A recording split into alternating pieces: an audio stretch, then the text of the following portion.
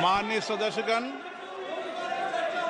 Item number 1 Shrimati Nirmala Sitharaman वित्त मंत्री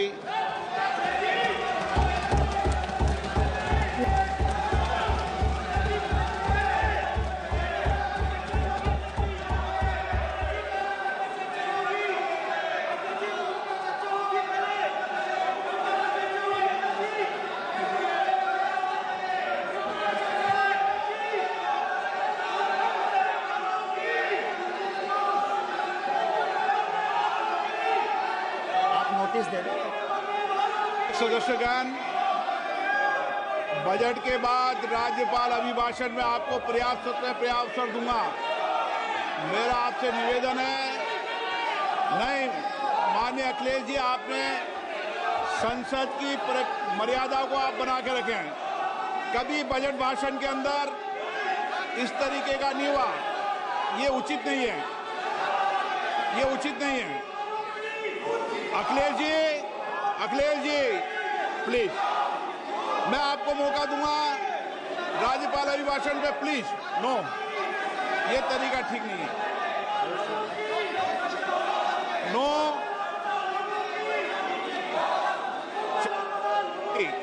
राज्यपाल अभिभाषण पे चर्चा होगी। नो तरीका।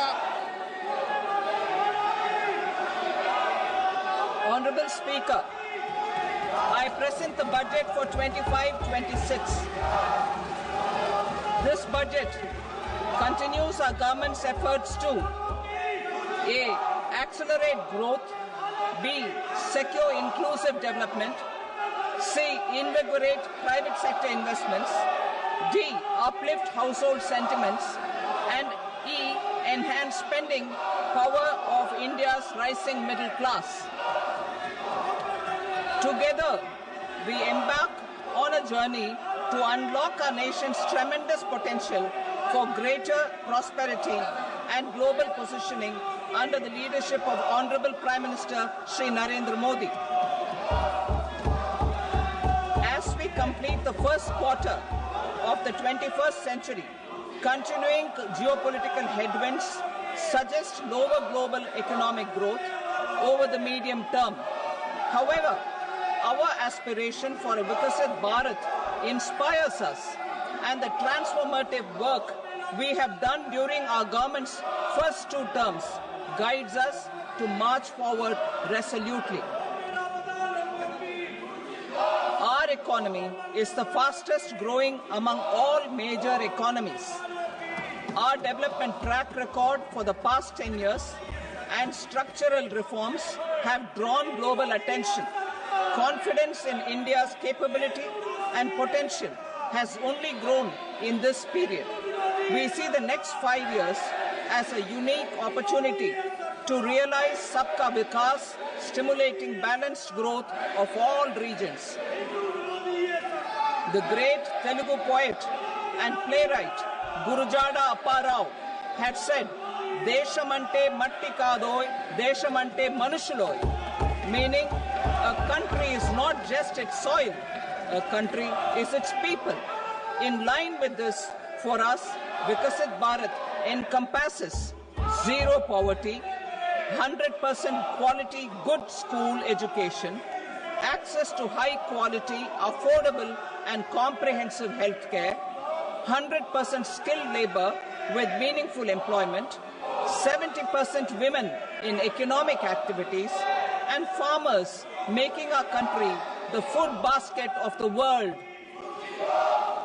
In this budget, the proposed development measures span 10 broad areas focusing on Garib, youth, Annadata and Nari, spurring agricultural growth and productivity, building rural prosperity and resilience, taking everyone together on an inclusive growth path, boosting manufacturing and furthering Make in India, supporting MSMEs, enabling employment-led development, investing in people, economy and innovation, securing energy supplies, promoting exports and nurturing innovation. For this journey of development, our 4 powerful engines are agriculture, MSME, investments and exports. The fuel, our reforms, our guiding spirit, inclusivity, and the destination, Vikasit Bharat. This budget aims to initiate transformative reforms across 6 domains. During the first 5 years, these will augment our growth potential and global competitiveness. The domains are taxation, power sector, urban development, mining, financial sector, and regulatory reforms. Agriculture as the first engine. Now I move to specific proposals, beginning with agriculture as the first engine.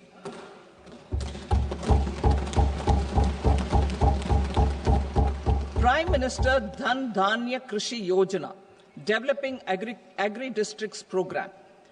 Motivated by the success of the Aspirational District Program, our government will undertake a Prime Minister Dhan Dhanya Krishi Yojana in partnership with states.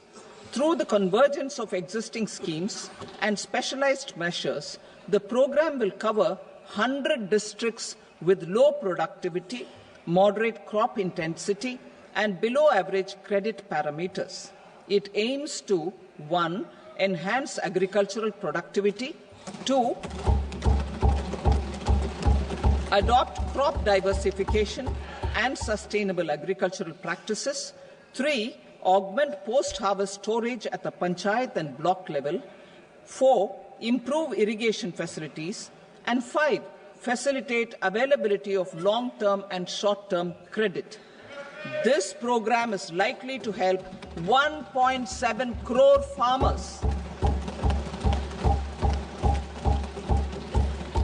Building rural prosperity and resilience. A comprehensive multi-sectoral Rural Prosperity and Resilience Program will be launched in partnership with the states. This will address underemployment in agriculture through skilling, investment, technology, and invigorating the rural economy. The goal is to generate ample opportunities in rural areas so that migration is an option but not a necessity. The program will focus on rural women, young farmers, rural youth, marginal and small farmers, and landless families. The details are in Annexure A. Domestic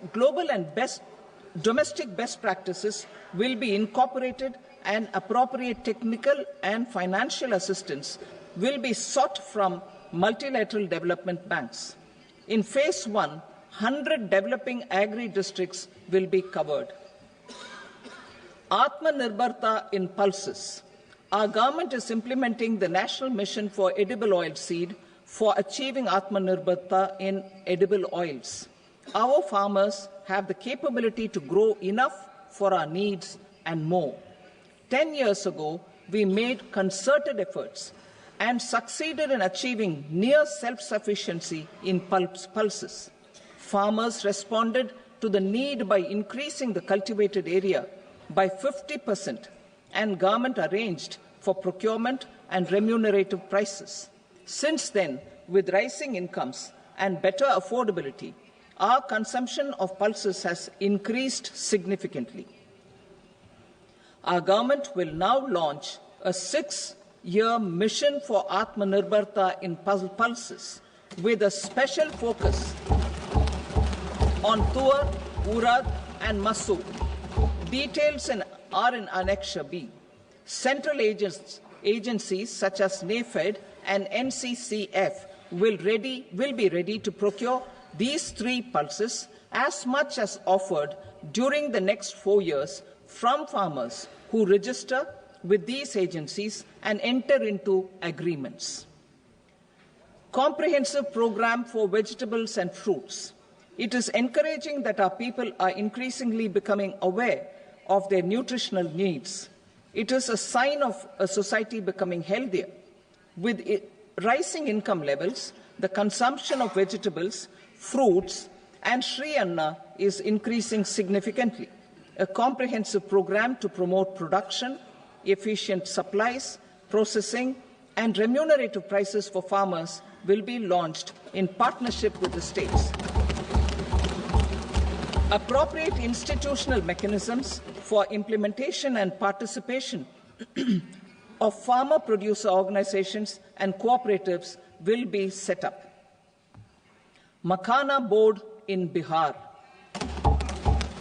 For this, there is a special opportunity for the people of Bihar.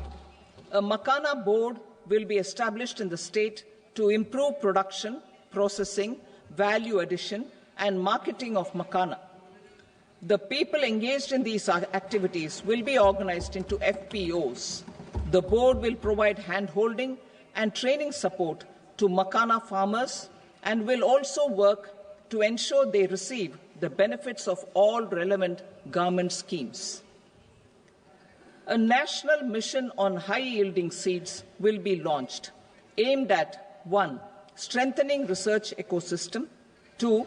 Targeted development and propagation of seeds with high yield, pest resistance, and climate resilience, and 3. Commercial availability of more than 100 seed varieties released since July 2024. India ranks second largest globally in fish production and aquaculture. Seafood exports are valued at 60,000 crore rupees.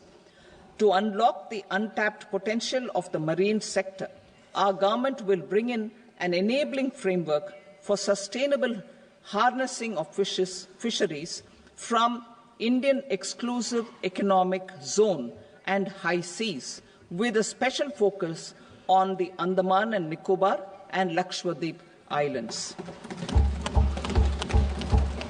For the benefit of lakhs of cotton growing farmers, I am pleased to announce a mission for cotton productivity. This 5-year mission will facilitate significant improvements in productivity and sustainability of cotton farming and promote extra long staple cotton varieties. The best of science and technology support will be provided to farmers. Aligned with our integrated 5F vision for the textile sector, this will help in increasing incomes of the farmers and ensure a steady supply of quality cotton for rejuvenating India's traditional textile sector. Kisan credit cards facilitate short-term loans for 7.7 crore farmers, fishermen, and dairy farmers. The loan limit under modified interest subvention scheme will be enhanced from 3 lakh rupees to 5 lakh rupees for loans taken through the KCC. For Atmanirbharta in urea production, our government had reopened 3 dormant urea plants in the eastern region.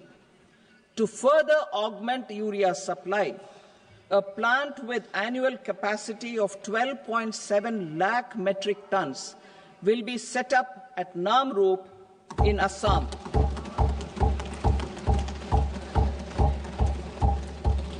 India Post, with 1.5 lakh rural post offices, complemented by the India Post Payment Bank and a vast network of 2.4 lakh Dak Sevaks, will be repositioned to act as a catalyst for the rural economy. Details are at Annexure C. India Post will also be transformed as a large public logistics organization. This will meet the rising needs of Vishwakarmas, new entrepreneurs, women, self-help groups, MSMEs, and the large business organizations. Our government will provide support to NCDC for its lending operations for the cooperative sector. MSMEs as the second engine.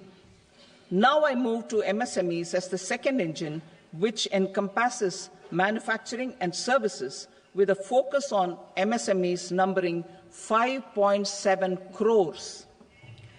Currently, over 1 crore registered MSMEs, employing 7.5 crore people and generating 36% of our manufacturing, have come together to position India as a global manufacturing hub.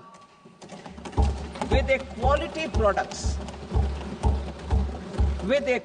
products, these MSMEs are responsible for 45% of our exports.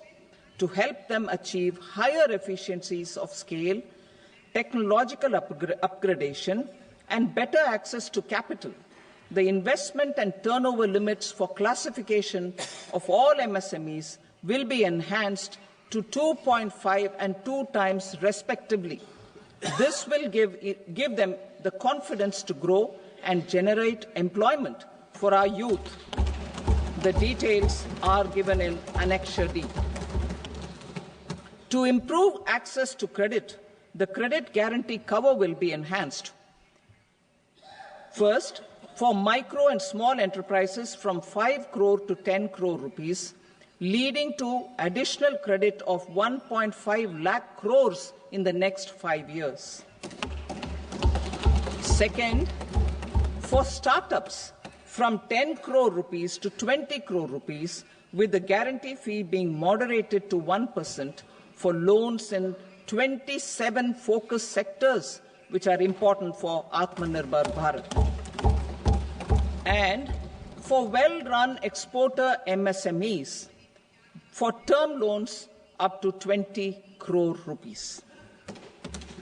Also for the micro enterprises, we will introduce customized credit cards with a 5 lakh rupee limit for micro enterprises registered on Udyam portal. In the first year, 10 lakh such cards will be issued. Fund of funds for startups.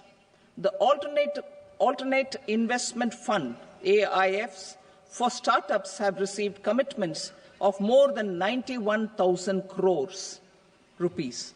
These are supported by the Fund of Funds set up with the Government of India's contribution of 10,000 crore rupees. Now, a new Fund of Funds with expanded scope and a fresh contribution of another 10,000 crore rupees will be set up. A new scheme will be launched for 5 lakh women, scheduled castes and scheduled tribes, first-time entrepreneurs. This will provide term loans up to 2 crore rupees during the next 5 years. The scheme will incorporate lessons from the successful Stand Up India scheme.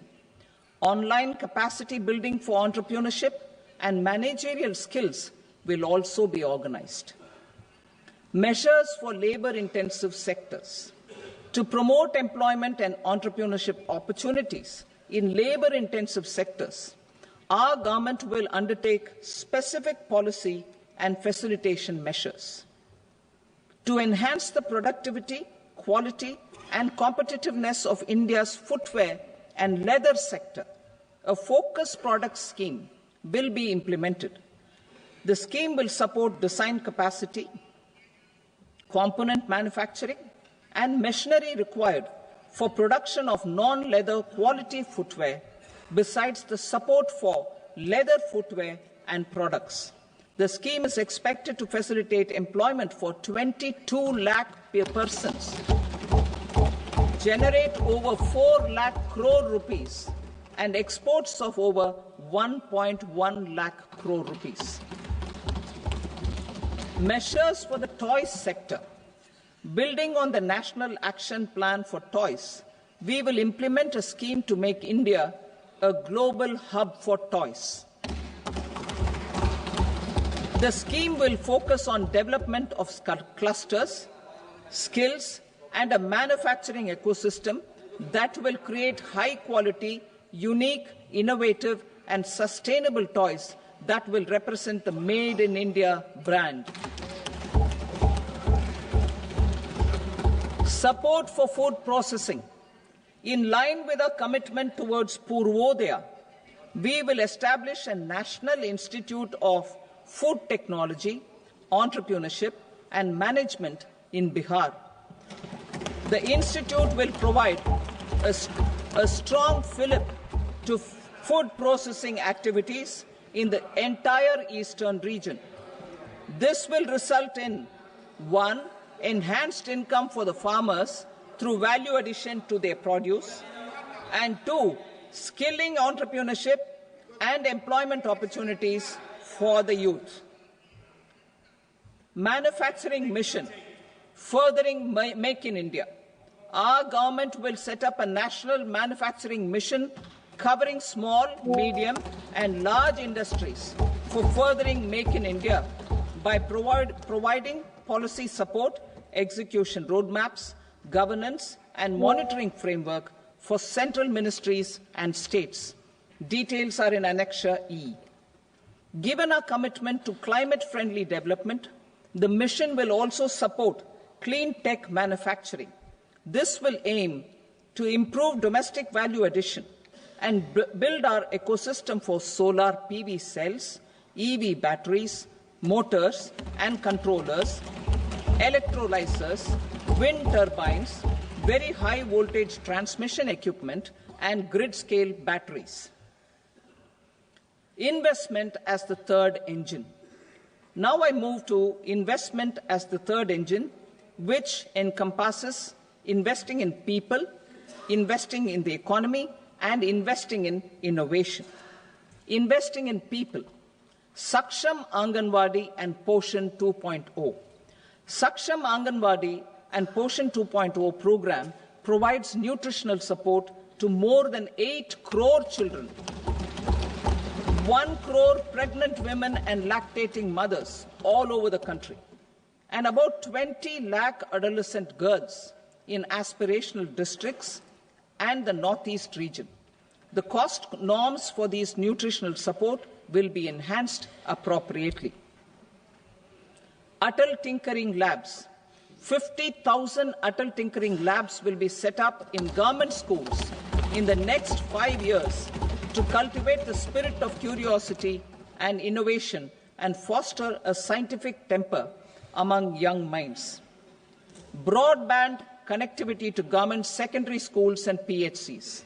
Broadband connectivity will be provided to all government secondary schools and primary health centers in rural areas under the BharatNet project. Bharatiya Bhasha Pustak Scheme. We propose to implement a Bharatiya Bhasha Pustak scheme to provide digital form Indian language books for schools and for higher education. This aims to help students understand their subjects better and in their language. National Centers of Excellence for Skilling. Building on the initiative announced in the July 24 budget, 5 national centers of excellence for skilling will be set up with global expertise and partnerships to equip our youth with the skills required for Make for India, Make for the World manufacturing. The partnership will cover curriculum design, training of trainers, and a skills certification framework and periodic reviews. Expansion of capacity in IITs. Total number of students in 23 IITs has increased 100% from 65,000 to 1.35 lakh in the past 10 years.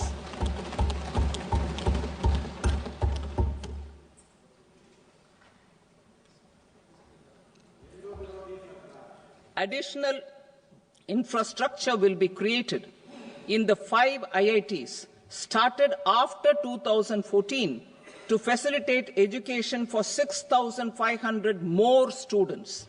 Hostel and other infrastructure capacity at IIT Patna will also be expanded.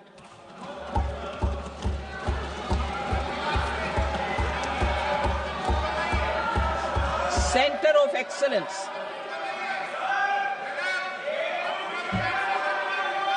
Center of Excellence in AI for Education. I had announced 3 centers of excellence in artificial intelligence for agriculture, health, and sustainable cities in 2023. Now a center of excellence in artificial intelligence for education will be set up with a total outlay of 500 crores. Expansion of medical education. Our government has added almost 1.1 lakh undergraduate and postgraduate medical education seats in 10 years, an increase of 130%. In the next year, 10,000 additional seats will be added in medical colleges and hospitals towards the goal of adding 75,000 seats in the next 5 years. Daycare cancer centers in all district hospitals. Our government will facilitate setting up of daycare cancer centers in all district hospitals in the next 3 years. 200 centers will be established in 25-26 itself. Strengthening urban livelihoods.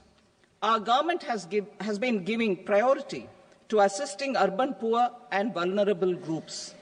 A scheme for socio-economic upliftment of urban workers will be implemented to help them improve their incomes, have sustainable livelihoods, and a better quality of life. PM Swanidhi scheme has benefited more than 68 lakh street vendors, giving them respite from high-interest informal sector loans. Building on this success, the scheme will be revamped with enhanced loans from banks, UPI-linked credit cards with 30,000 rupees limit, and capacity building support. Social Security Scheme for welfare of online platform workers. Gig workers of online platforms provide great dynamism to the new age services economy. Recognizing their contribution, our government will arrange for their identity cards and registration on the e-Shram portal. They will be provided healthcare under PM Jan Arogya Yojana. This measure is likely to assist nearly 1 crore gig workers.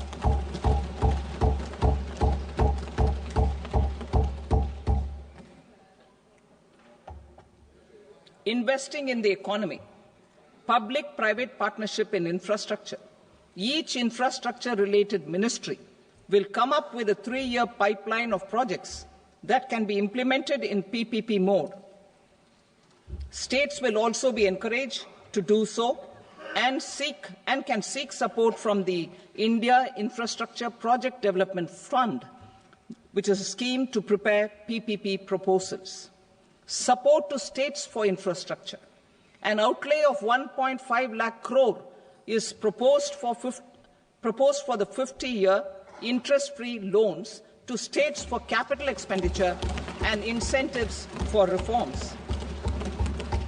Building on the success of the first asset monetization plan announced in 2021, the second plan for 2025 to 30 will be launched to plough back capital of 10 lakh crore in new projects. Regulatory and fiscal measures will be fine-tuned to support the plan. Jal Jeevan Mission. Since 2019, 15 crore households representing 80% of India's rural population have been provided access to portable tap water connections. To achieve 100% coverage, I am pleased to announce the extension of this mission until 2028 with an enhanced total outlay. The mission's focus will be on the quality of infrastructure and O&M of rural piped water supply schemes through Jan Bhagidari. A separate MOU or separate MOUs will be signed with the states and union territories to ensure sustainability and citizen-centric water services delivery. Urban sector reforms. Building on the July budget proposals, urban sector reforms related to governance, municipal services, urban land and planning will be incentivized. Urban Challenge Fund. The government will set up an Urban Challenge Fund of 1 lakh crore rupees to implement the proposals for cities as growth hubs. creative redevelopment of cities, and for water and sanitation purposes announced in the July budget. This fund will finance up to 25% of the cost of bankable projects, with a stipulation that at least 50% of the cost is funded from bonds, bank loans, and PPPs. An allocation of 10,000 crore is proposed in 2025-26. Power sector reforms. We will incentivize electricity distribution reforms and augmentation of intra-state transmission capacity by states. This will improve financial health and capacity of electricity companies. Additional borrowing of 0.5% of GSDP will be allowed to states contingent on these reforms. Nuclear energy mission for Vikasit Bharat. Development of at least 100 gigawatt of nuclear energy by 2047 is essential for our energy transition efforts. For an active partnership with the private sector towards this goal, amendments to the Atomic Energy Act and the Civil Liability for Nuclear Damage Act will be taken up. A nuclear energy mission for research and development of small modular reactors with an outlay of 20,000 crore will be set up. At least 5 indigenously developed small modular reactors will be operationalized by 2033. Shipbuilding. The shipbuilding financial assistance policy will be revamped to address cost disadvantages. This will also include credit notes for shipbreaking in Indian yards to promote the circular economy. Large ships above a specified size will be included in the infrastructure harmonized master list. Shipbuilding clusters will be facilitated to increase the range, categories, and capacity of ships. This will include additional infrastructure, facilities, skilling, and technology to develop the entire ecosystem. Maritime Development Fund. For long-term financing for the maritime industry, a Maritime Development Fund with a corpus of 25,000 crore rupees will be set up. This will be for distributed support and promoting competition. This will have up to 49% contribution by the government, and the balance will be mobilized from ports and from private sector. UDAN regional connectivity schemes. UDAN has enabled 1.5 crore middle-class people to meet their aspirations for speedier travel. The scheme has connected 88 airports, and operationalized 619 routes.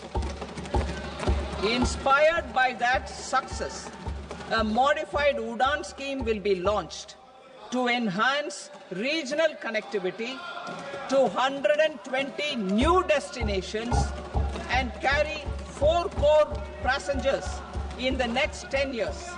4 crore additional passengers in the next 10 years.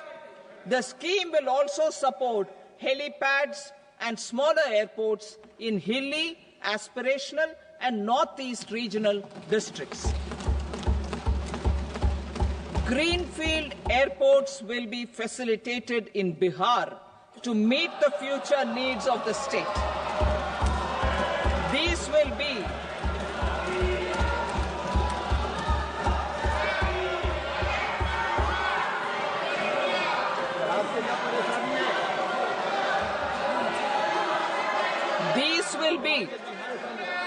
These will be in addition to the expansion of the capacity of Patna Airport and a brownfield airport in Beta. Western Kosi Canal project in Mithilanchal. Financial support will be provided for the Western Kosi Canal ERM project benefiting a large number of farmers cultivating over 50,000 hectares of land in the Mithilanchal region of Bihar.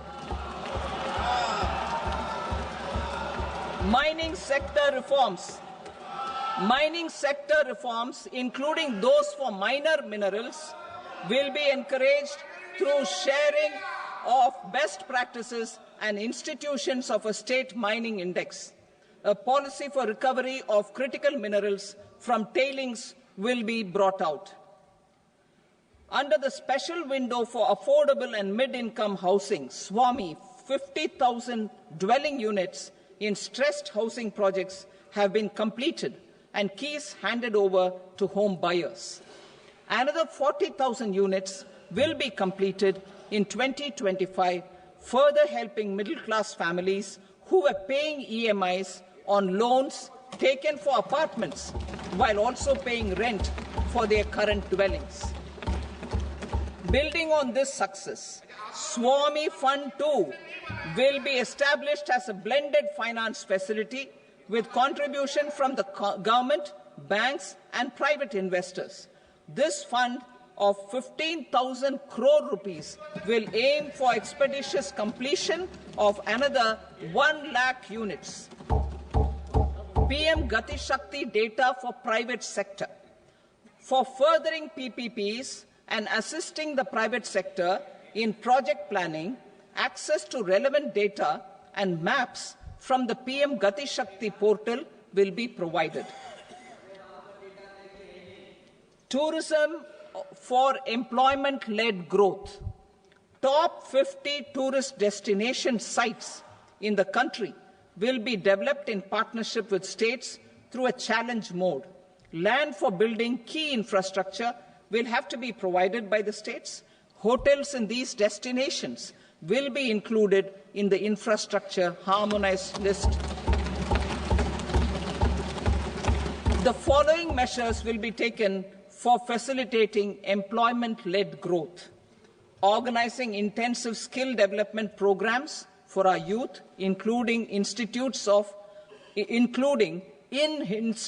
of hospitality management, providing mudra loans for homestays, improving ease of travel and connectivity to tourist destinations, providing performance-linked incentives to states for effective destination management, including tourist amenities, cleanliness, and marketing efforts, and introducing streamlined e-visa facilities along with visa fee waivers for certain tourist groups. Continuing with the emphasis on places of spiritual and religious significance, in the July budget, there will be a special focus on destinations related to the life and times of Lord Buddha. Medical tourism and heal in India. Medical tourism and heal in India will be promoted in partnership with the private sector, along with capacity building and easier visa norms. Investing in innovation. To implement private sector-driven research, development and innovation initiatives announced in the July budget, I am now allocating 20,000 crore rupees for this purpose. A deep tech fund of funds will also be explored to catalyze the next generation startups as a part of this initiative. In the next 5 years, under the PM Research Fellowship Scheme, we will provide 10,000 fellowships for technological research in IITs and IISc with enhanced financial support. The second gene bank with 10 lakh germplasm lines will be set up for future food and nutritional security.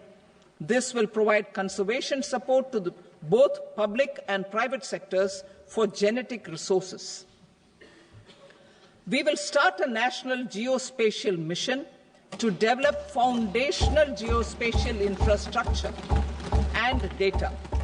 Using PM Gati Shakti, this mission will facilitate modernization of land records, urban planning, and design of infrastructure projects. A Gyan Bharatam mission for survey, documentation, and conservation of our manuscript heritage with academic institutions, museums, libraries, and private collectors will be undertaken to cover more than 1 crore manuscripts. We will set up a national digital repository of Indian knowledge systems for knowledge sharing. Now I move to exports as the fourth engine. We will set up an export promotion mission with sectoral and ministerial targets driven jointly by the Ministries of Commerce, MSME, and Finance. It will facilitate easy access to export credit, cross-border factoring support, support to MSMEs to tackle non-tariff measures in overseas markets. A digital public infrastructure, Bharat Trade Net, for international trade will be set up as a unified platform for trade documentation and financing solutions. This will complement the Unified Logistics Interface platform. The BTN will be aligned with international practices. Support will be provided to develop domestic manufacturing capacities for our economy's integration with global supply chains. Sectors will be identified based on objective criteria. Facilitation groups with participation of senior officers and industry representatives will be formed for select products and supply chains. Through this, there are huge opportunities related to Industry 4.0, which needs high skills and talent. Our youth have both. Our government will support the domestic electronic equipment industry to leverage this opportunity for the benefit of our youth. A national framework will be formulated as guidance to states for promoting global capability centers in emerging Tier 2 cities. This will suggest measures for enhancing availability of talent and infrastructure, building bylaw reforms, and mechanisms for collaboration with industry. Our government will facilitate upgradation of infrastructure and warehousing for air cargo, including high-value perishable horticultural produce. Cargo screening and customs protocol will be streamlined and made user-friendly. Reforms as the fuel.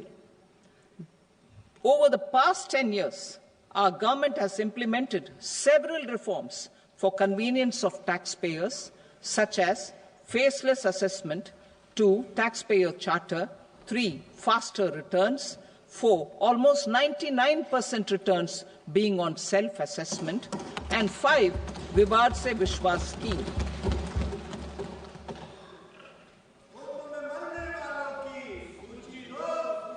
Continuing these efforts, I reaffirm the commitment of the Tax Department to trust first, scrutinize later. I also propose to introduce the new income tax bill next week. I will detail the indirect tax reforms and changes in direct taxes in Part B.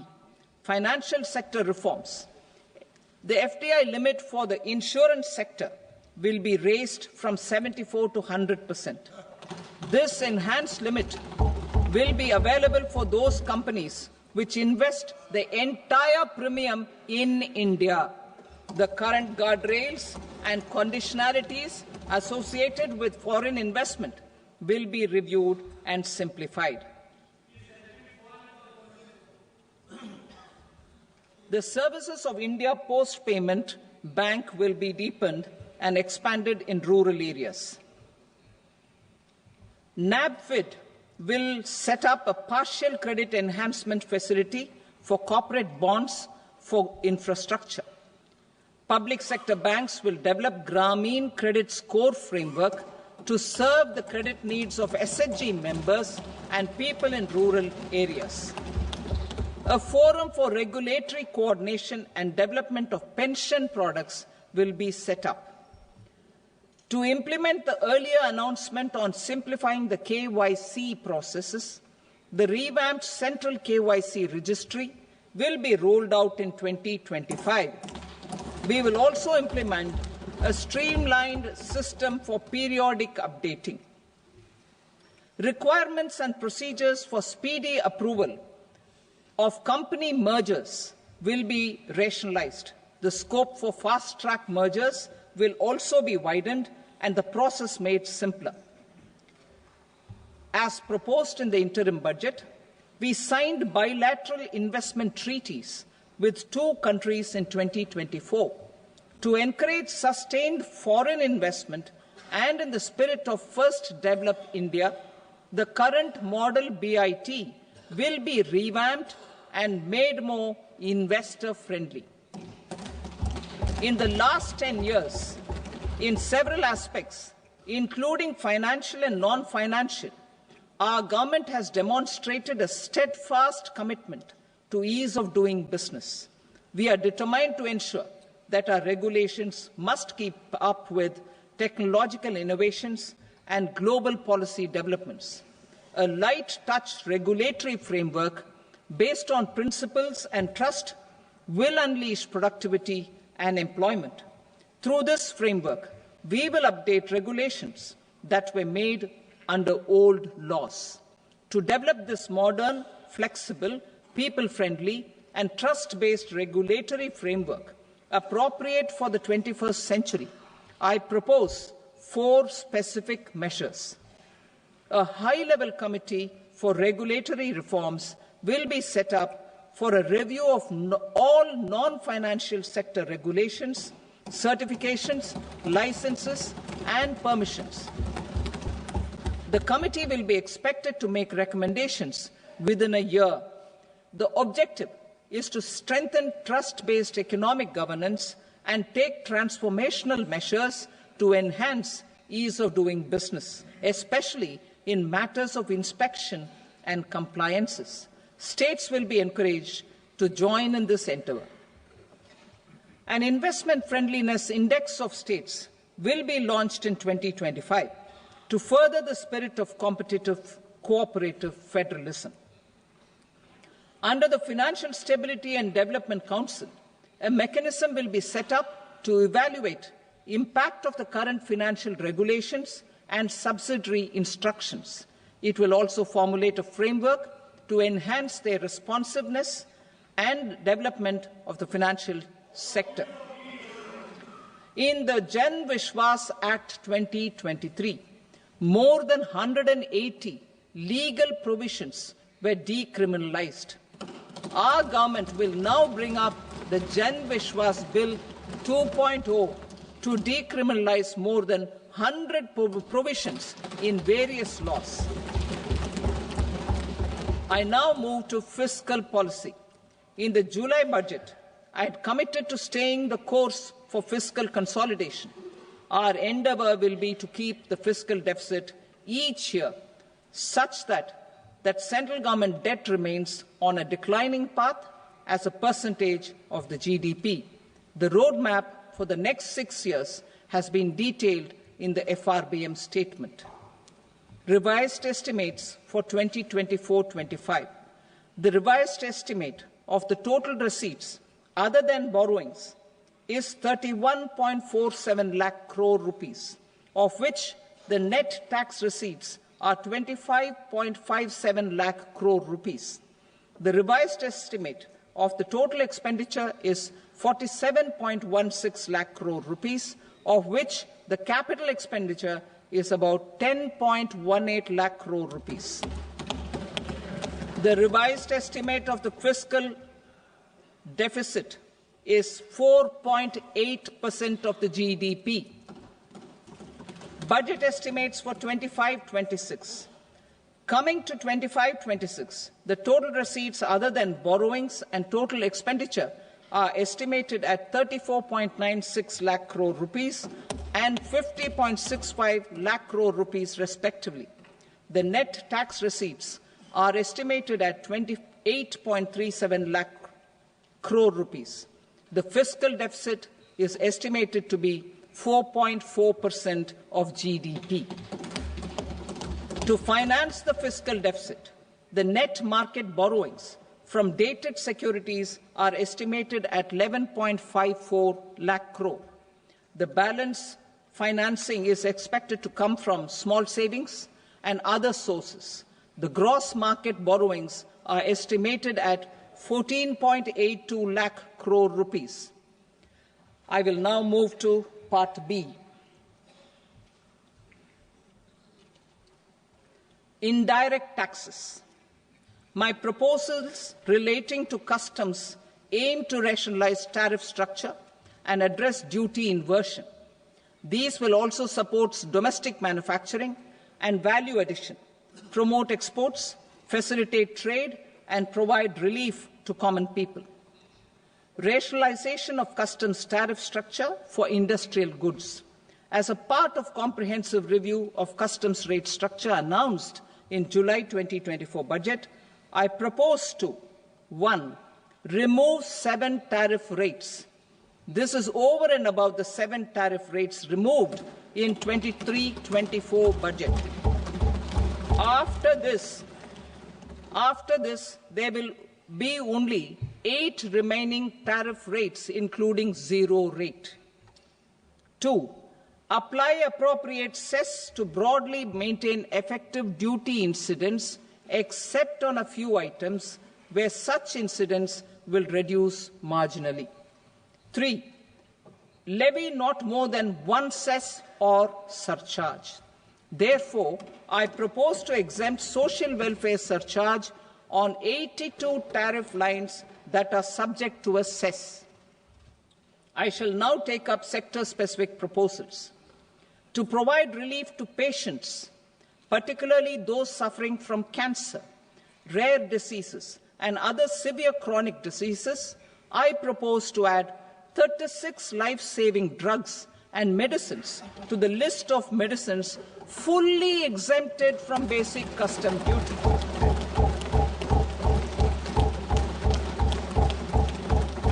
I also propose to add 6 life-saving medicines to the list attracting concessional custom duty of 5%. Full exemption and concessional duty will also respectively apply on the bulk drugs for manufacture of the above.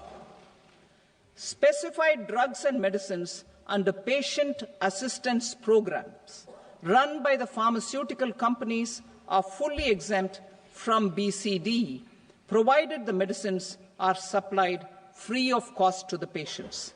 I propose to add 37 more medicines along with 13 new patient assistance programs.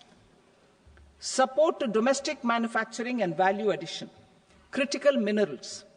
In the July 2024 budget, I had fully exempted BCD on 25 critical minerals that are not domestically available.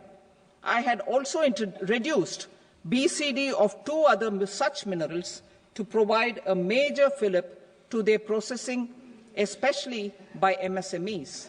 Now, I propose to fully exempt cobalt powder and waste, the scrap of lithium-ion battery, lead, zinc, and 12 more critical minerals.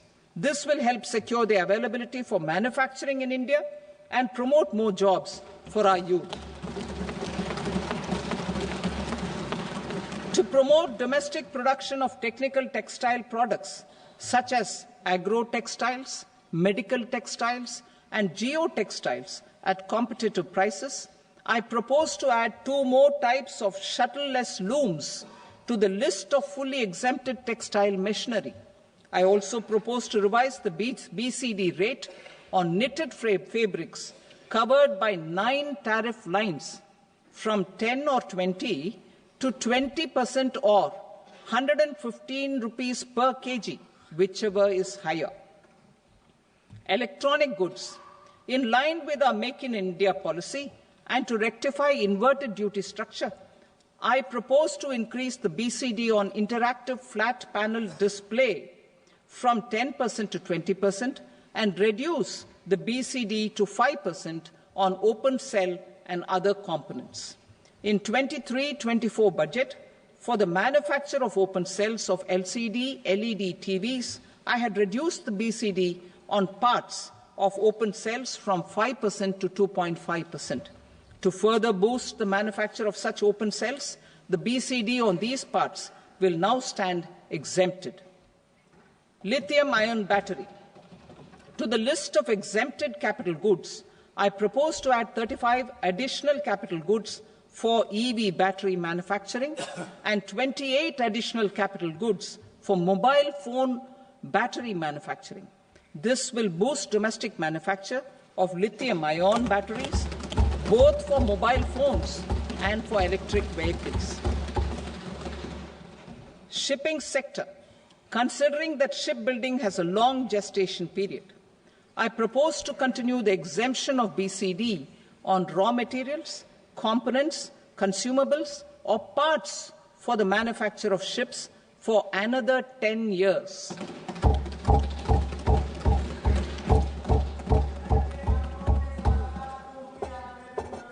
I also propose the same dispensation for shipbreaking to make it more competitive. Telecommunication. To prevent classification disputes, I propose to reduce the BCD from 20% to 10% on carrier-grade Ethernet switches to make it at par with non-carrier-grade Ethernet switches. Export promotion. To facilitate exports of handicrafts, I propose to extend the time period for export from 6 months to 1 year, further extendable by another 3 months if required. I also propose to add 9 items to the list of duty-free inputs. Leather sector. I propose to fully exempt BCD on wet blue leather to facilitate imports for domestic value addition and employment. I also propose to exempt crust leather from 20% export duty to facilitate exports by small tanners. Marine products.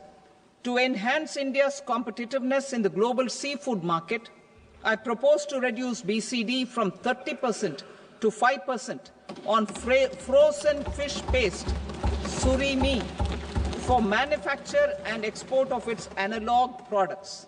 I also propose to reduce BCD from 15% to 5% on fish hydrolysates for manufacture of fish and shrimp feed. In July 2024 budget, to promote development of domestic MROs for aircraft and ships, I had extended the time limit for export of foreign origin goods that were imported for repairs from 6 months to 1 year and further extendable by 1 year. I now propose to extend the same dispensation for railway goods. Time limit for provisional assessment.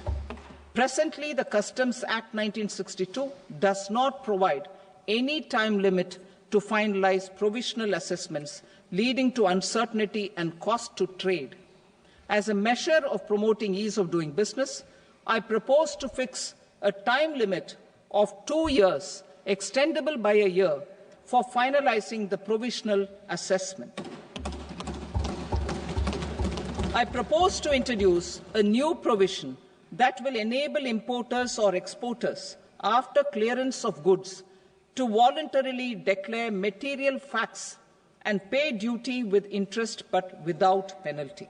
This will incentivize voluntary compliance. However, this will not apply in cases where department has already initiated audit or investigation proceedings. For industry to better plan their imports, I propose to extend the time limit for the end use of imported inputs in the relevant rules from 6 months to 1 year. This will provide operational flexibility in view of cost and uncertainty of supply.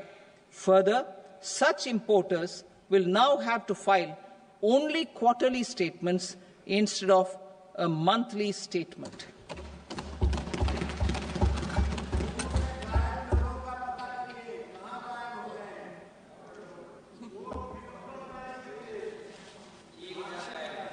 I now come to my direct tax proposals. In Part A, I have briefly underlined taxation reforms as one of key reforms to realize our vision of Vikasit Bharat. In respect of criminal law, our government had earlier ushered in Bharatiya Nyaya Sanhita, replacing Bharatiya Danda Sanhita. I am happy to inform this august House and the country that for new income tax bill will carry forward the same spirit of Nyaya in its drafting as well. The new bill will be clear and direct in text, with close to half of the present law in terms of both chapters and words. It will be simple to understand for taxpayers and tax administrators, leading to tax certainty and reduced litigation. Reforms, however, are not a destination. They are means to achieve good governance for our people and economy. Providing good governance primarily involves being responsive. The Tirukural captures this in verse 542, which reads, "Vaanokki vaazhum ulagallam, mannavan kol nokki vaazhum kudi," meaning, just as the living beings live expecting rains, citizens live expecting good governance. Our government is committed to keeping an ear to the ground and a finger on the pulse and responding while balancing our national building efforts.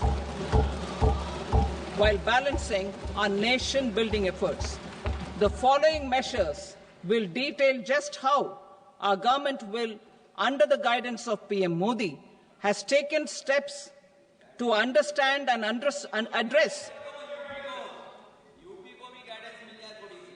I repeat that sentence, sir. The following measures will detail just how our government, under the guidance of PM Modi, has taken steps to understand and address the needs voiced by our citizens. My tax proposals are guided by this spirit. The objectives of my proposals are as follows. Personal income tax reforms with special focus on middle class. Rationalization of TDS and TCS for easing difficulties. Encouraging voluntary compliance. Reducing compliance burden. Ease of doing business, employment and investment. I will come to my proposal on personal income tax towards the end. TDS and TCS, rationalization for easing difficulties. I propose to rationalize tax deduction at source, TDS, by reducing the number of rates and thresholds above which TDS is deducted. Further, threshold amounts for tax deduction will be increased for better clarity and uniformity. The limit for tax deduction on interest for senior citizens is being doubled from the present 50,000 rupees to 1 lakh rupees. Similarly, the annual limit of 2.40 lakh rupees for TDS on rent is being increased to 6 lakh rupees. This will reduce the number of transactions liable to TDS, thus benefiting small taxpayers receiving small payments. The threshold to collect tax at source, the TCS, on remittances under RBI's liberalized remittance scheme, the LRS, is proposed to be increased from 7 lakh to 10 lakhs. I also propose to remove TCS on remittances for education purposes, where such remittances is out of a loan taken from a specified financial institution. Both TDS and TCS are being applied on any transaction related to sale of goods. To prevent such compliance difficulties, I propose to omit the TCS. I also propose that the provisions of the higher TDS deduction will now apply only in non-PAN cases. In July 2024, the delay for payment of TDS up to the due date of filing statement was decriminalized. I propose to provide the same relaxation to TCS provisions as well. The government under the leadership of Prime Minister Modi believes in Sabka Saath, Sabka Vikas, Sabka Vishwas and Sabka Prayas. In line with this, we brought in updated return facility in 2022 for voluntary compliance by taxpayers who had omitted to report their correct income. Our trust in taxpayers was proved right. Nearly 90 lakh taxpayers voluntarily updated their incomes by paying additional tax. Taking this trust further, I now propose to extend the time limit to file updated returns for any assessment year from the current limit of 2 years to 4 years. I propose to reduce the compliance burden for small charitable trusts and institutions by increasing their period of registration from 5 years to 10 years. It is also proposed that disproportionate consequences do not arise for minor defaults, such as incomplete applications filed by charitable entities. Presently, taxpayers can claim the annual value of self-occupied properties as nil only on the fulfillment of certain conditions. Considering the difficulties faced by taxpayers, it is proposed to allow the benefit of 2 such self-occupied properties without any condition. To streamline the process of transfer pricing and to provide an alternative to yearly examination, I propose to introduce a scheme for determining arm's length price of international transaction for a block period of 3 years. This will be in line with global best practices. With a view to reduce litigation and provide certainty in international taxation, the scope of safe harbour rules is being expanded.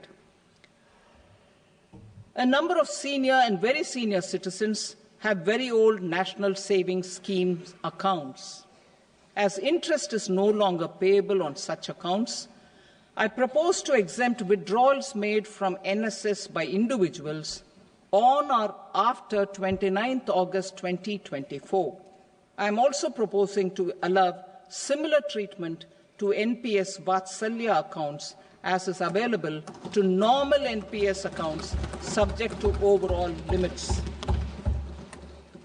In my speech in July 2024, I had promised that all processes, including giving effect to appellate orders, shall be digitalized and made paperless over the next 2 years. So I'm happy to announce that digitalization is being made operational now.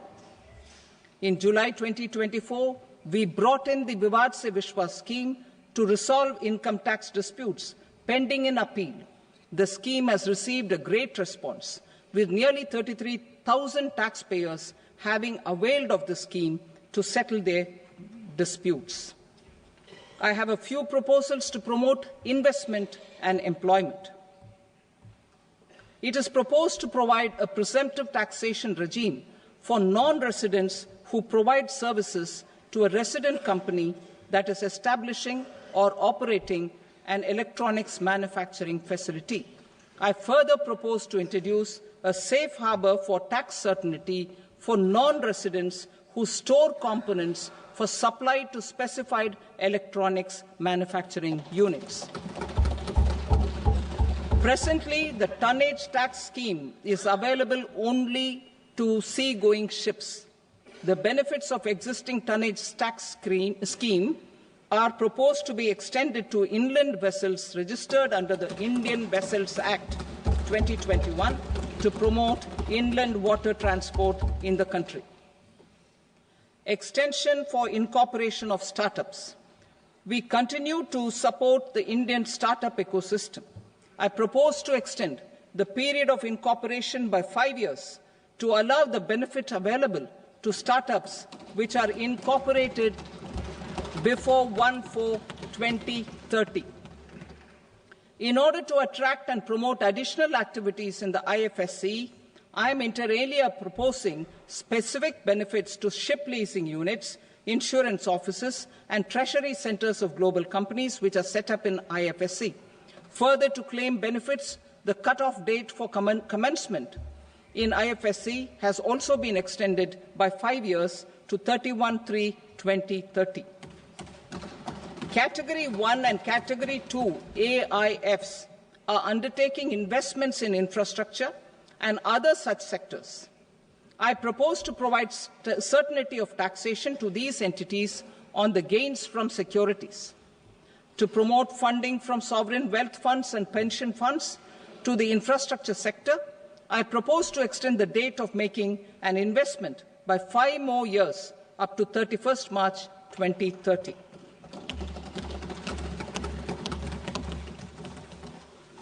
Personal income tax reforms with special focus on middle class. Democracy, demography, and demand are the key support pillars in our journey towards Vikasit Bharat. The middle class provides strength for India's growth.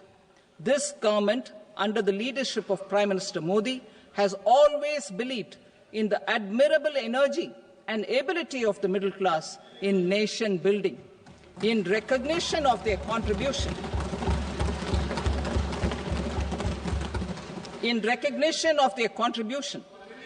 we have periodically reduced their tax burden.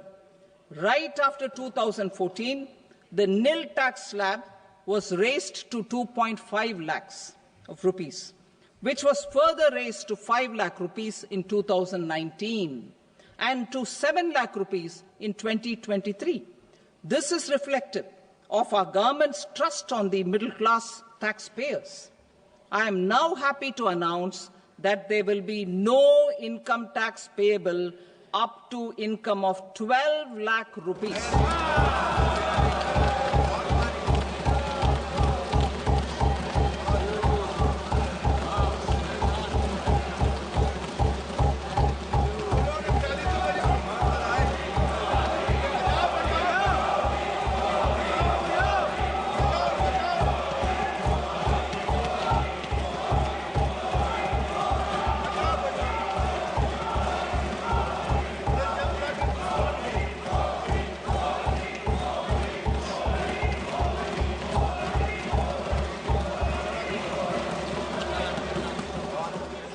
So, average income of 1 lakh per month, other than the special rate income such as capital gains, under the new regime.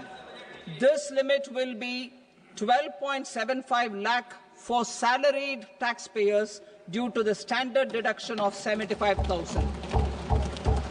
Slabs and rates are being changed across the board to benefit all taxpayers. The new structure will substantially reduce the taxes of the middle class and leave more money in their hands, boosting household consumption, savings, and investment. In the new tax regime, I propose to revise tax rate structures as follows: 0 to 4 lakh rupees nil, 4.8 lakh rupees to 4 to 8 lakh rupees 5%, 8 to 12 lakh rupees 10%, 12 to 16 lakh rupees 15%, 16 to 20 lakh rupees 20%, 20 to 24 lakh rupees 25%, and above 24 lakh rupees 30%. To taxpayers up to 12 lakh of normal income, other than special rate income such as capital gains. I read that again. To taxpayers up to 12 lakh of income, other than special rate income such as capital gains, tax rebate is being provided in addition to the benefit due to slab rate reduction in such a manner that there is no tax payable by them. The total tax benefit of slab rate changes and rebate at different income levels can be illustrated with a few examples. A taxpayer in the new regime with an income of 12 lakh rupees will get a benefit of 80,000 rupees in tax, which is 100% of tax payable as per the existing rates. A person having income A person having income of 18 lakh rupees will get a benefit of 70,000 rupees in tax. That is 30% of tax payable as per existing rates. A person with an income of 25 lakh gets a benefit of 1,10,000 rupees, that is 25% of his tax payable as per existing rates. Details of my tax proposals are given in the annexure. As a result of these proposals, Honourable Speaker, sir, revenue of about 1 lakh crore in direct taxes and 2,600 crores in indirect taxes will be foregone. Mr. Speaker, sir, with this, I commend the budget to this august House.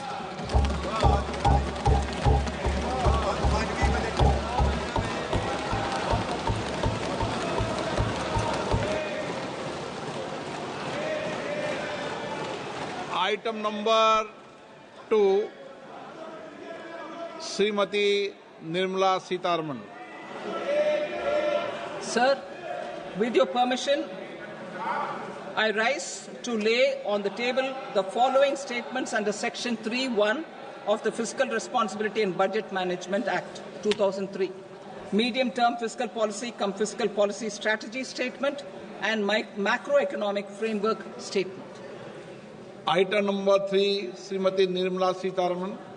Sir, with your permission, I rise to move for leave to introduce the Finance Bill 2025. प्रश्न ये है कि विधेयक को पुनर्स्थापित करने की अनुमति प्रदान की जाए।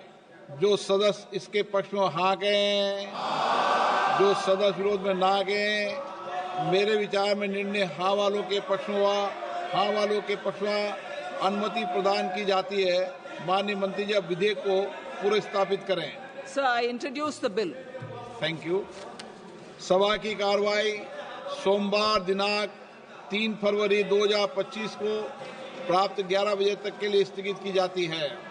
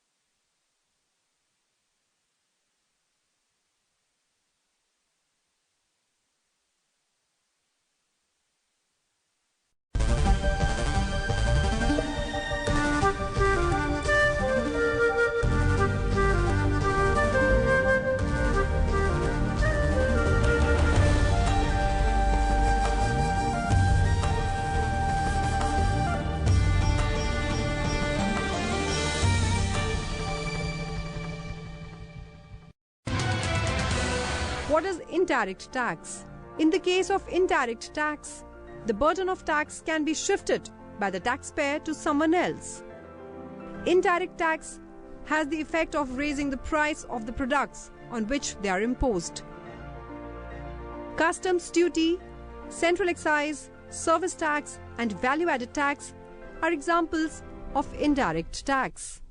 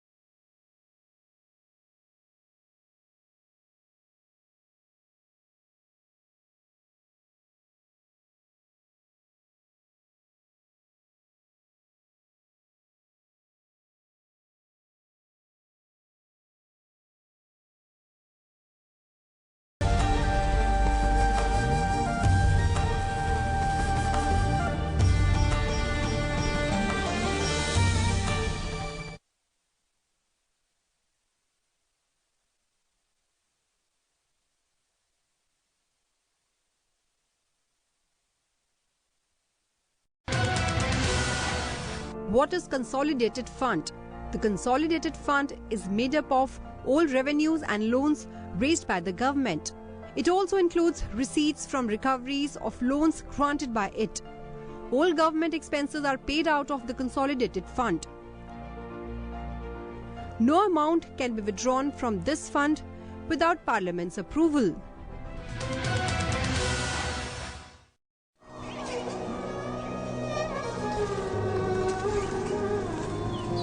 भारतीय सनातन संस्कृति का महाआयोजन महाकुंभ इस बार मात्र आध्यात्मिक, सांस्कृतिक, आस्था व श्रद्धा को ही समर्पित नहीं होगा।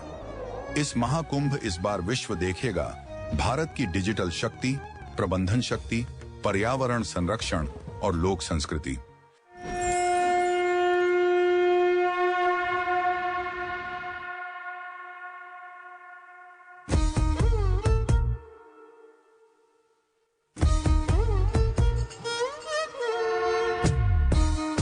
डिजिटल शक्ति से लैस महाकुंभ में यात्रियों के लिए है डिजिटल सहायक, जो 10 विभिन्न भाषाओं में Mahakumbh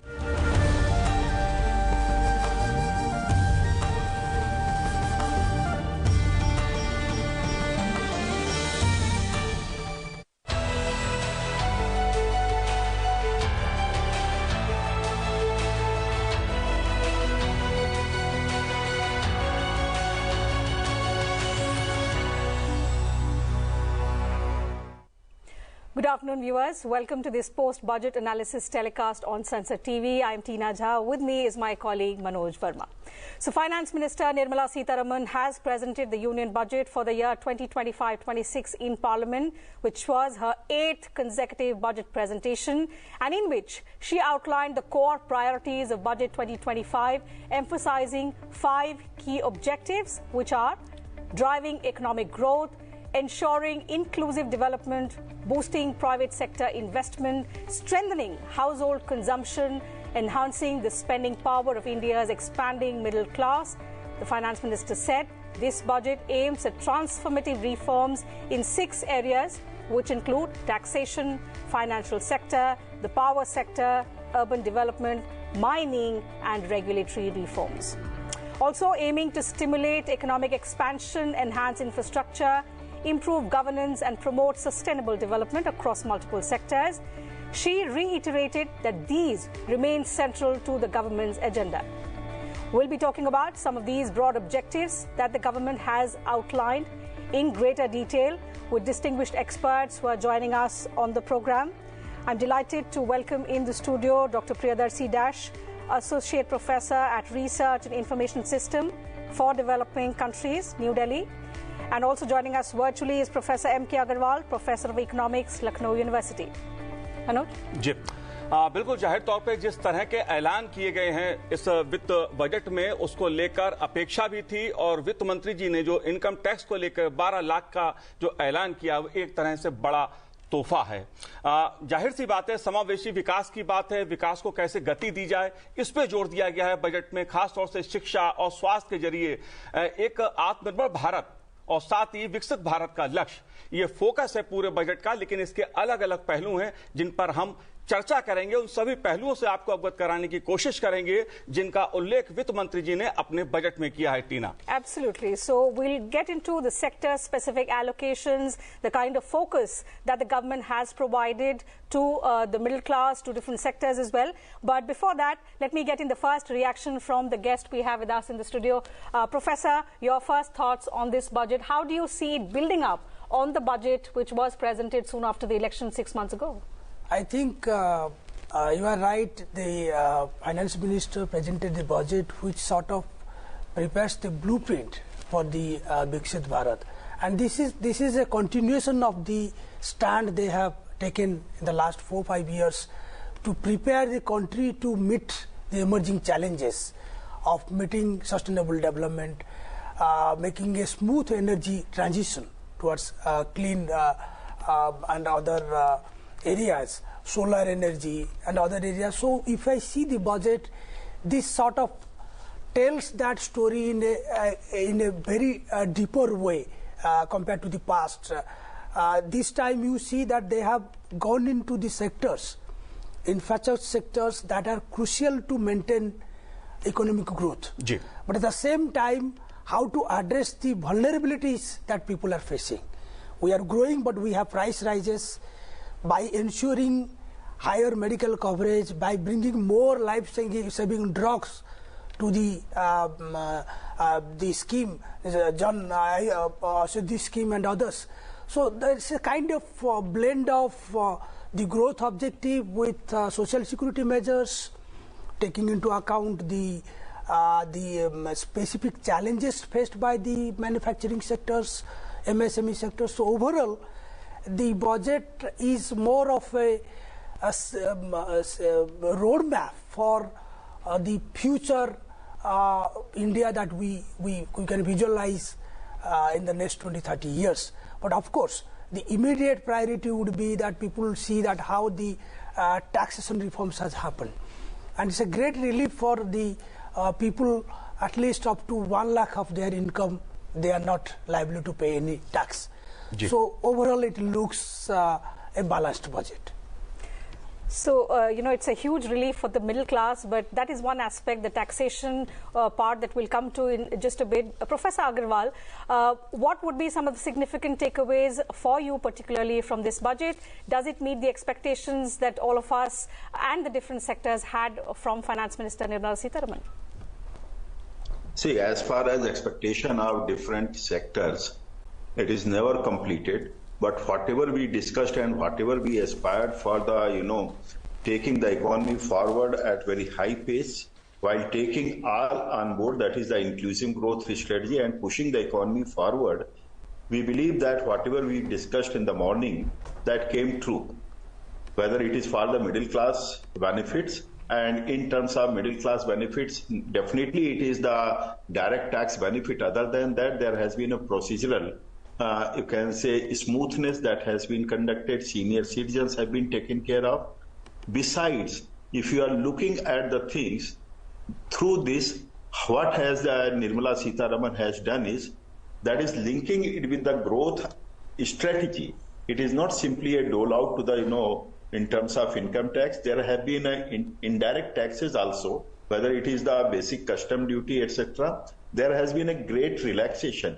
And all are being done with an aim to promote Atmanirbhar Bharat Abhiyan.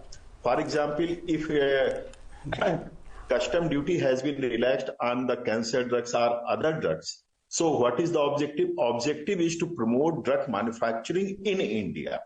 So given this type of thing, we believe that the budget is very well packaged for inclusive growth strategy, and developing new growth centers, whatever it is called. It is the growth engines that Nirmala Sitharaman has called. There are 4 growth engines she has defined through.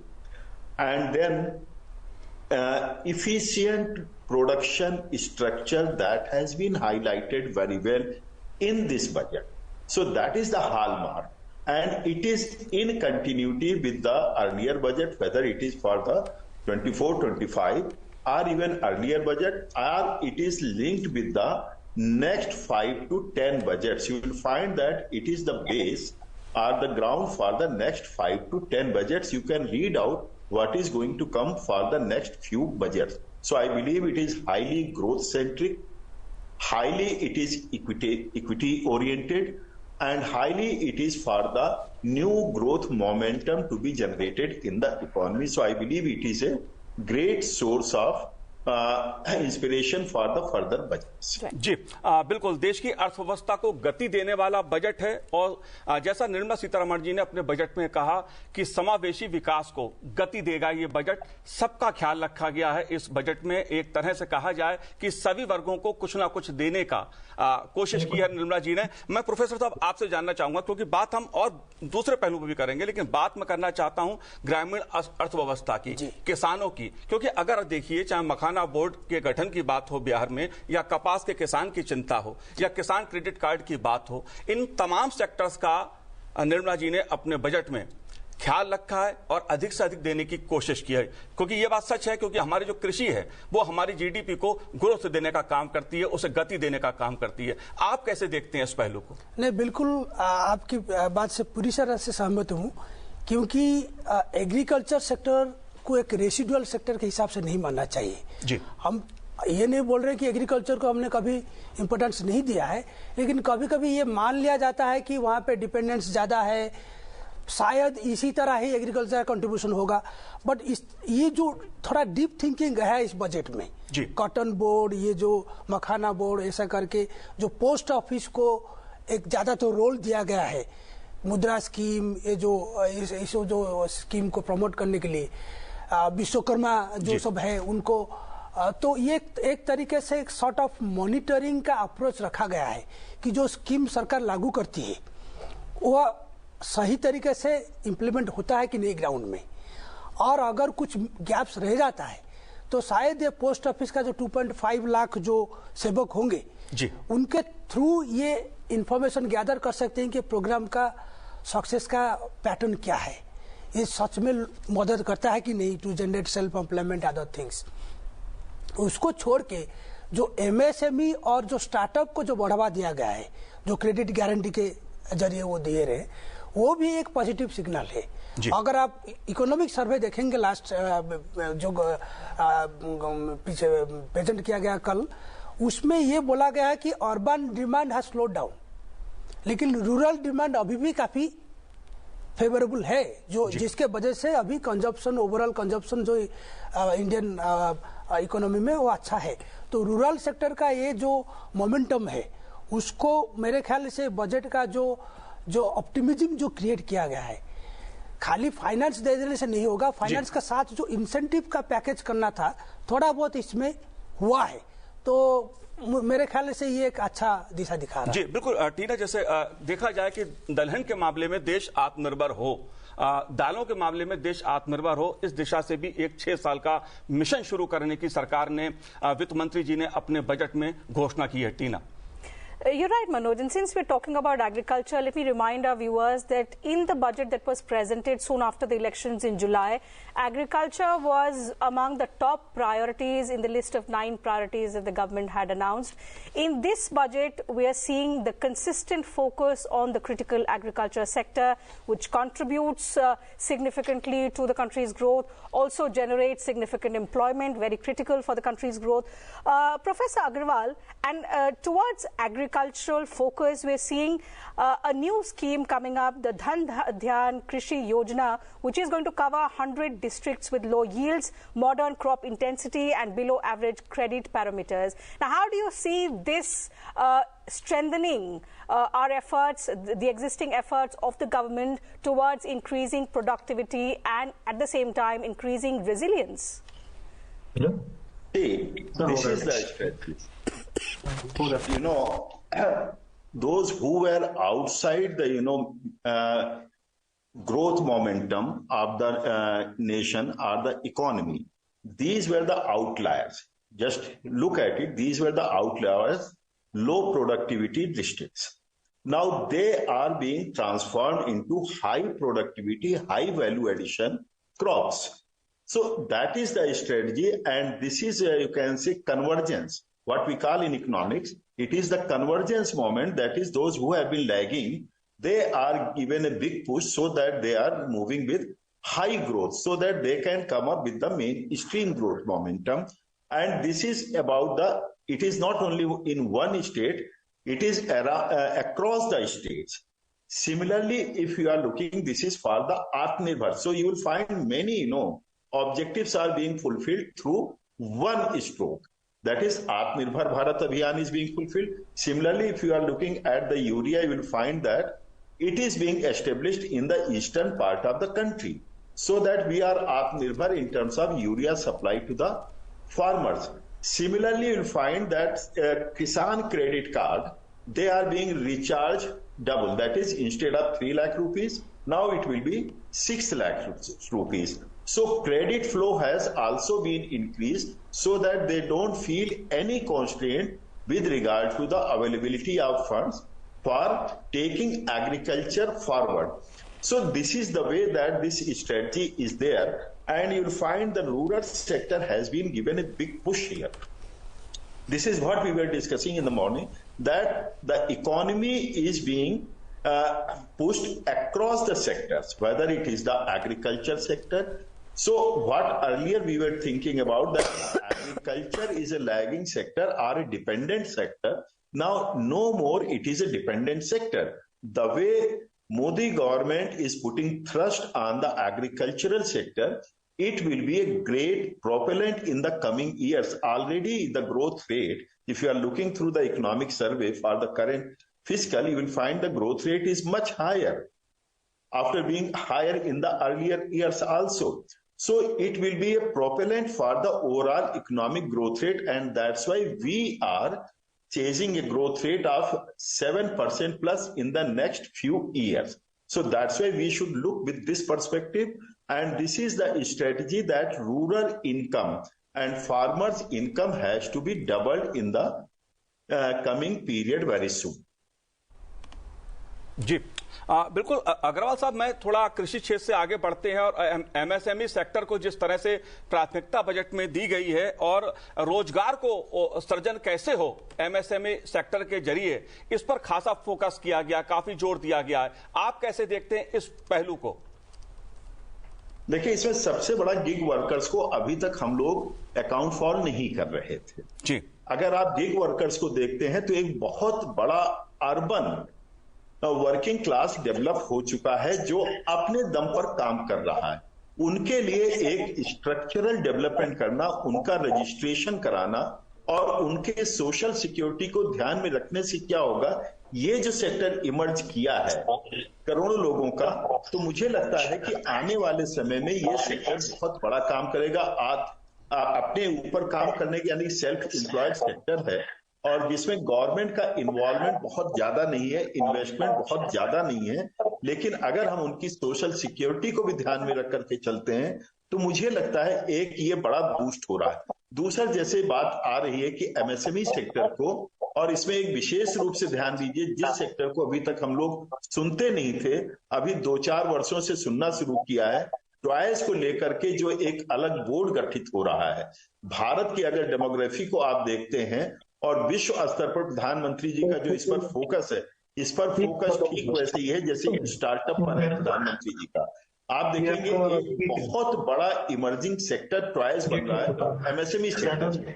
तो आप sector specific होकर के देखते हैं तो आपको लगेगा नए नए सेक्टर को सृजित किया जाए ताकि वो बहुत तेजी के साथ इमर्ज कर सके, न केवल डोमेस्टिक इकोनॉमी के लिए, न केवल जो है अच्छी टेक्नोलॉजी के माध्यम से, न केवल अपने स्टार्टअप के माध्यम से या अच्छी पूंजी के माध्यम से, बल्कि उनको ग्लोबल लेवल पर भी कॉम्पीट कराने के लिए तैयार किया जा रहा है। तो ये इस तरह के जो सृजन हो रहा है, मुझे लगता है ये भारत के लिए नए नए ग्रोथ इंजन का काम करेगा। Rightly said, Professor, and that's why the Finance Minister described the MSME sector as the second engine of growth in her budget speech.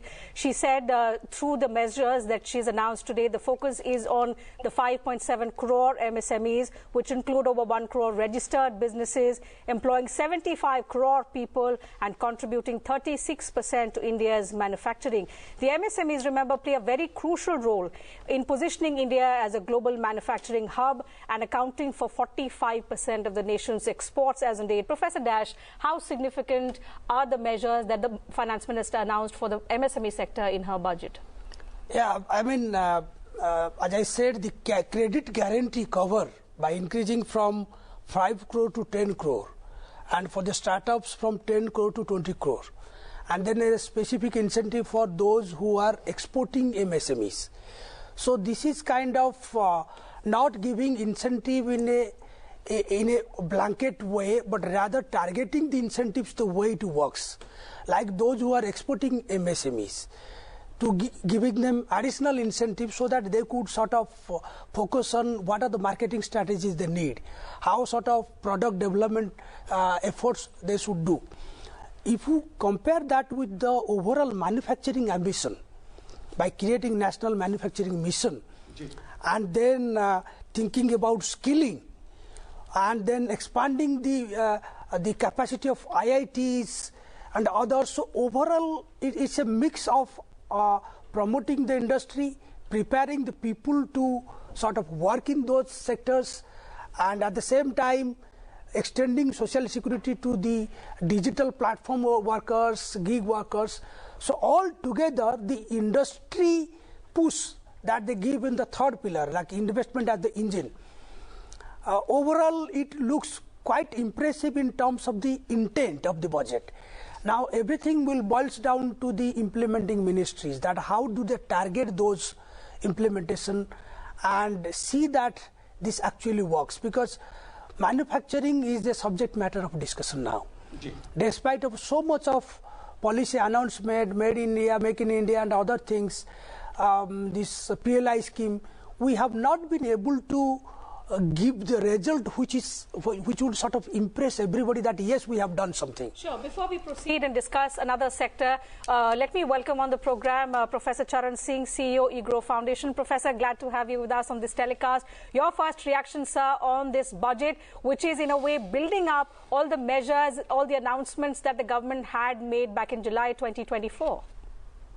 I'm very impressed with this budget, and I think firstly, the most important thing, the objective that they spoke about, Viksit Bharat 2047, I see that it is in the same direction.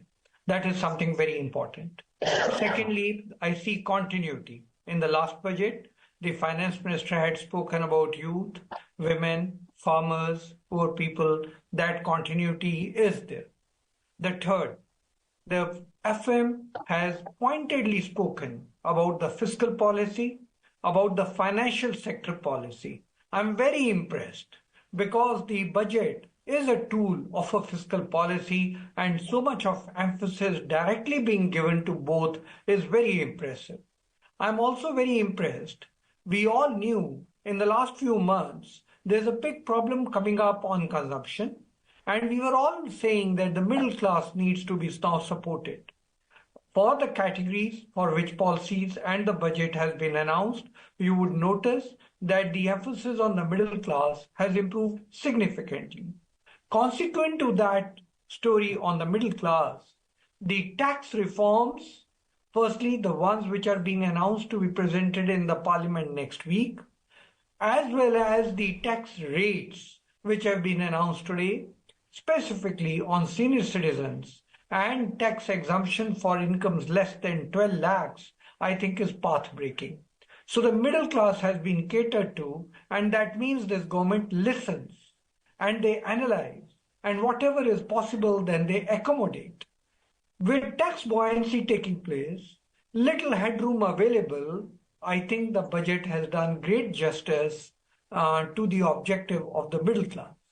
Overall, I would say, given the situation of the economy, a slowdown that has happened, the government is trying to correct that, giving it an impetus on MSMEs, as you heard it.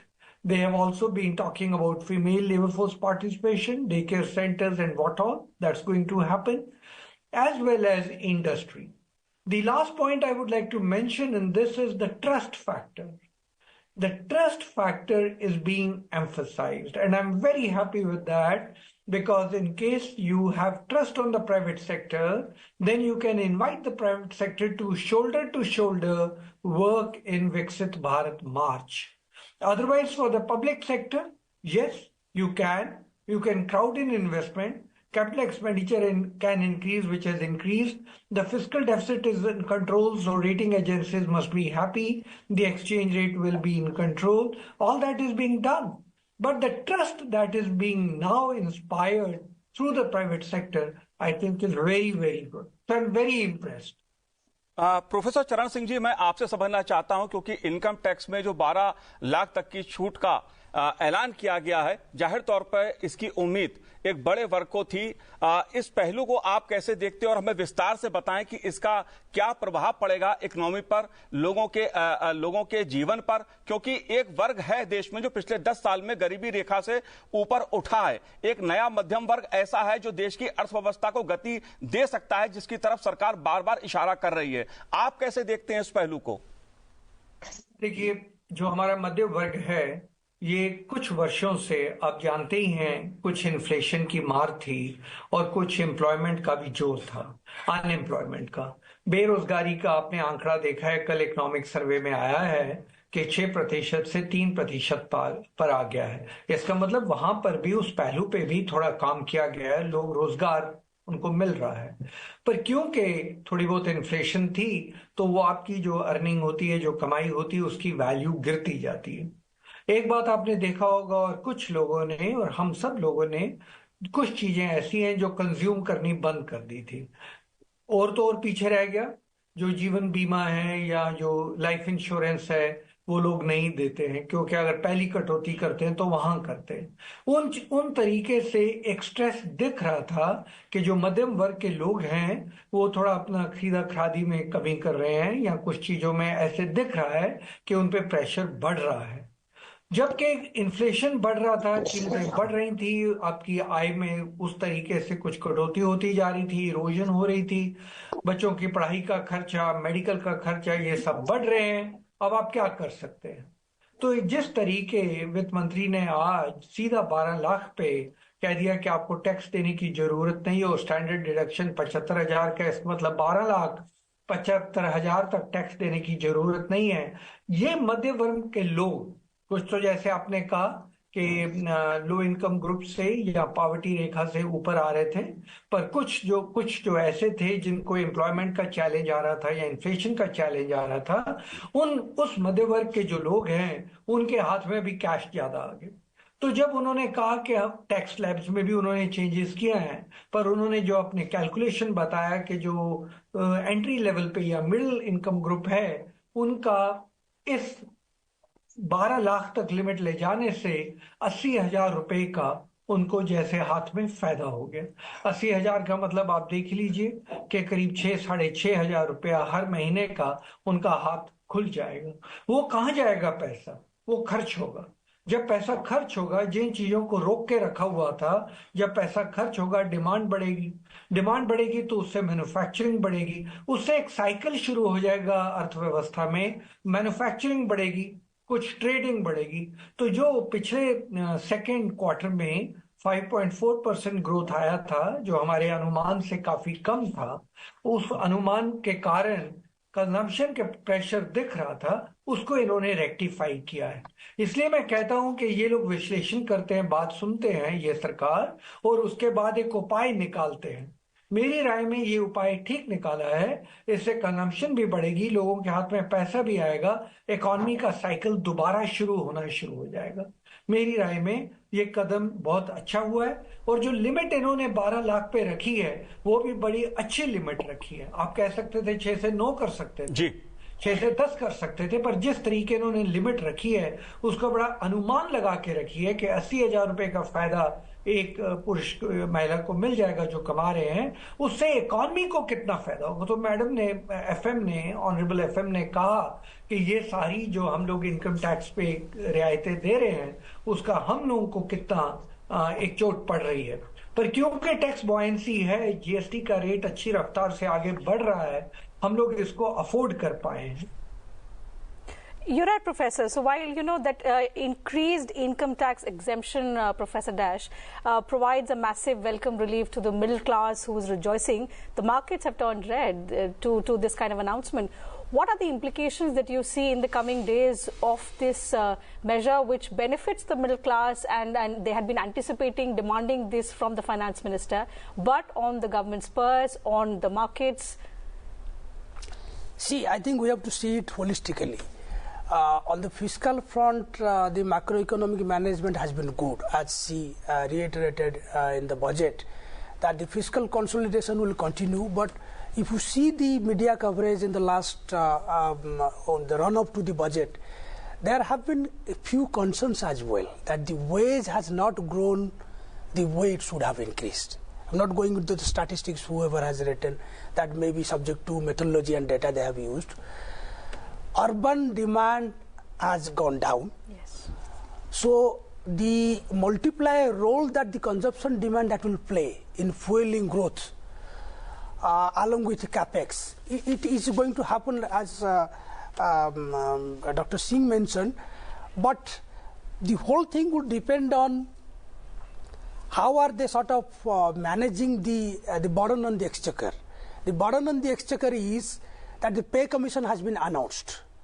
Now in 1 year down the line there will be a large payout. So there is a lot of optimism that it will go into 2.57 more than 2.57 than seventh pay. So the fiscal room that the government is enjoying now probably will not worsen, but it will kind of be a situation where they have to choose what sort of incentives they can offer. But otherwise, the consumption is going to increase because the disposable income will increase because of this thing, because you are not paying more in terms of the tax. So there is a less leakage from your income. So you will spend more.